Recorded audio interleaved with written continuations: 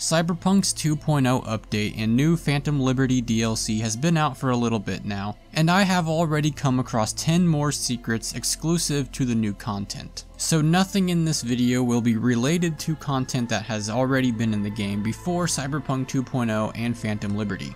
Of course, this video will contain some light spoilers for Phantom Liberty's main questline.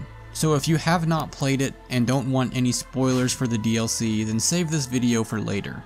And remember to let me know of any secrets that I haven't covered in the comments. Anyways, let's go ahead and get into 10 hidden secrets in Cyberpunk Phantom Liberty. If you've seen some of my other videos, then you'd know that I pay close attention to the Columbarium. In case you don't know what or where this is, it's like a graveyard of sorts that's located in North Oak. So one of the first things I did when the 2.0 update came out was to go check it. I just had a feeling.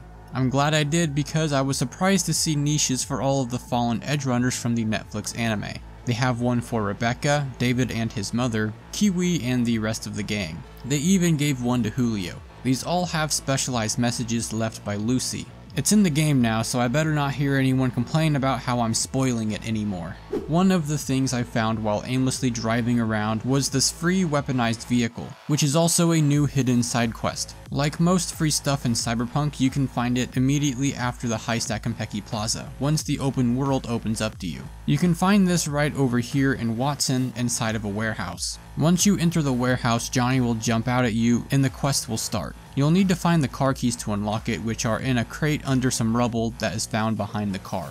Once you get in the car, it'll save to your character.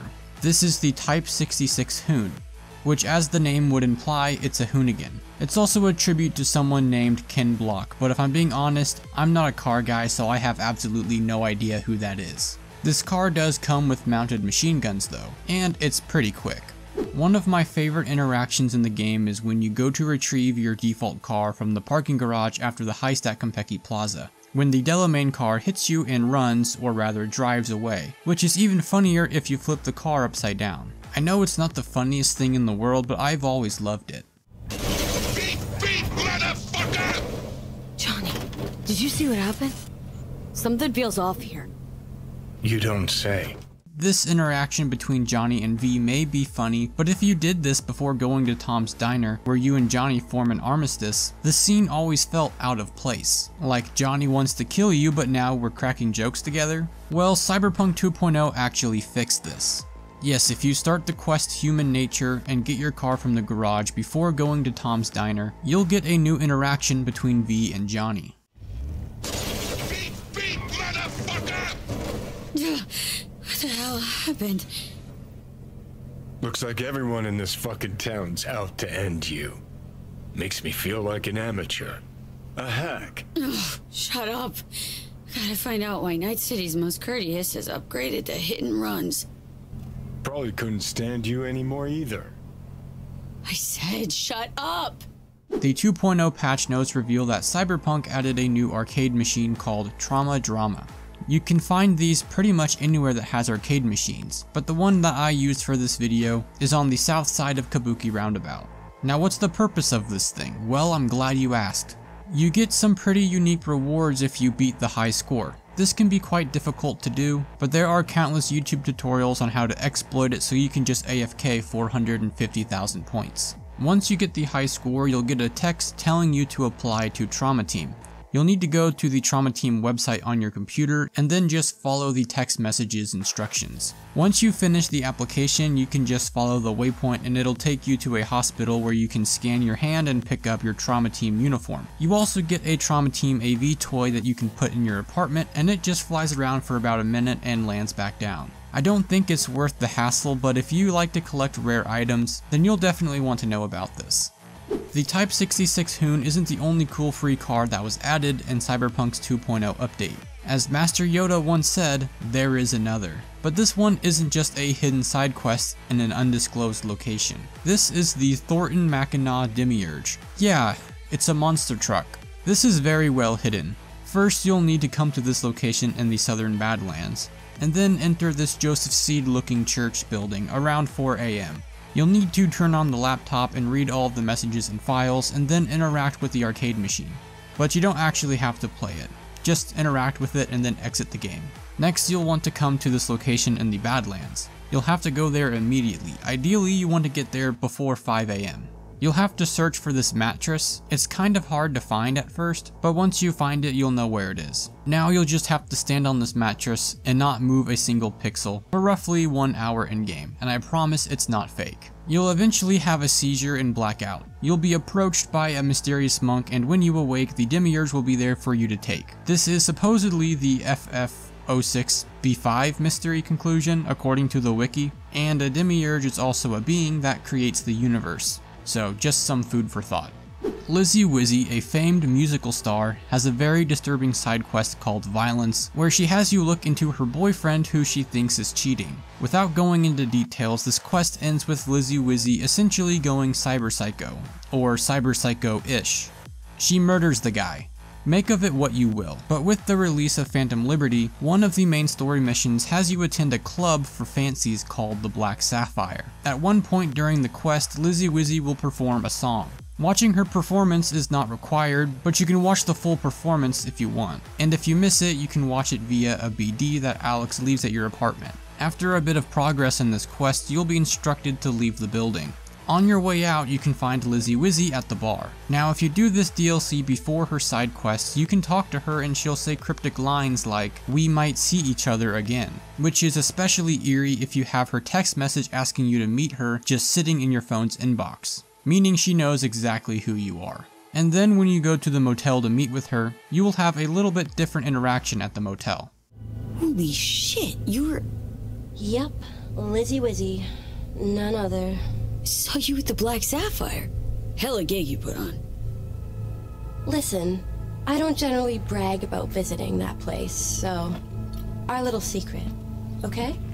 Now that begs the question, what if you do her side quest before the DLC? Well, I booted up one of my other saves just to test this. Doing the Phantom Liberty DLC after Lizzie's side quest Violence, then approaching Lizzie Wizzy at the Black Sapphire, she will welcome you with open arms, but she seems to be in possession of all of her marbles. So I guess that cyber psycho theory goes out the window here. Also, if you tell her you like her headset, she'll give it to you as a gift.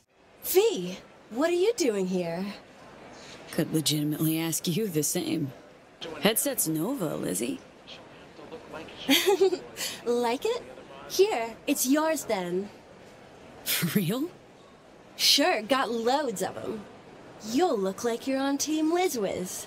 It's liable to take you places. Phantom Liberty has a side quest where you get a call about a BD star named Lena Molina who was kidnapped and trapped in a BD booth against her will. Long story short, it's not her. But let's not talk about that. When you start the quest, you'll be instructed to search for her inside the BD store. But if you check the laptop, you'll see Lena's website.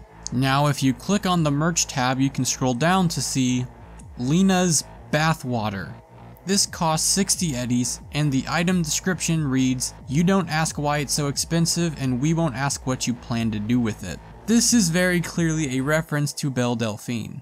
I honestly found this entire side quest to be hilarious, so I definitely recommend playing it, as it has a bunch of different ways the quest can play out. And as a bonus secret, you can actually make use of the photo you take with Carrie and the Us Cracks girls. Did I mention who you'd be co-starring with? No. Who? See for yourself.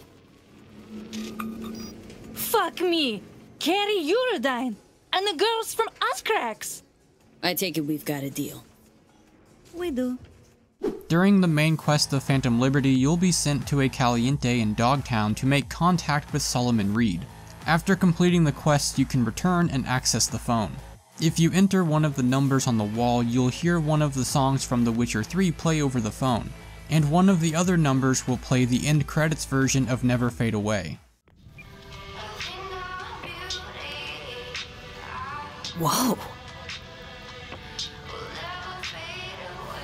You can also enter 12/10/2020 to get a text that says you've subscribed to Pixel Fortress, although I have no idea what this is. You can also enter boobies for a reaction from Johnny. Oh, V. While on the subject of Caliente's archaic telephone that V doesn't know how to use, if you zoom in on the phone box you can see some odd scribbles. Well, it's not a math equation, it's actually Big Smoke's order from Grand Theft Auto San Andreas. Yeah, the worker at El Caliente had to write it down. Better yet, you can actually go to the Caliente in Santo Domingo. You can find Big Smoke outside giving his order to a waitress. I'll have 2 number 9s, 1 supersized, 1 regular. Anything else? A number 6 with extra sauce, 2 45s, 1 7, and a large Nyko. Would you like an extra shot of high-density pure fructose? Sure, why not? This final secret will contain major spoilers for one of the endings for Phantom Liberty's main story, so this is your warning if you haven't played it yet.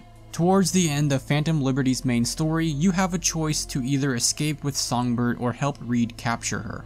If you choose to side with Songbird, then you'll have another quest where you both sneak into the Night City spaceport. Eventually, the NUSA will show up with Myers and Reed, and they pretty much no rush in the place. As you would expect, a lot of people died. After finishing Phantom Liberty, you can come back to the spaceport, and right outside the now closed Terminal B, there is a memorial for the massacre that happened. You can actually read all of the people who came by and left messages for those who died, including various different CEOs, the now Mayor Jefferson Perales and his wife, and you can even leave a message yourself, as you were not only there, but kind of the only reason it happened. Maybe it's better to not leave a message at all. There you have it, that was 10 hidden secrets in Cyberpunk Phantom Liberty that you probably didn't know about. Make sure to subscribe for more Cyberpunk and/or RPG videos in the future. And I do apologize because this bug I have is just not going away. You might as well call me a Bethesda game. Anyways, I'll see you later.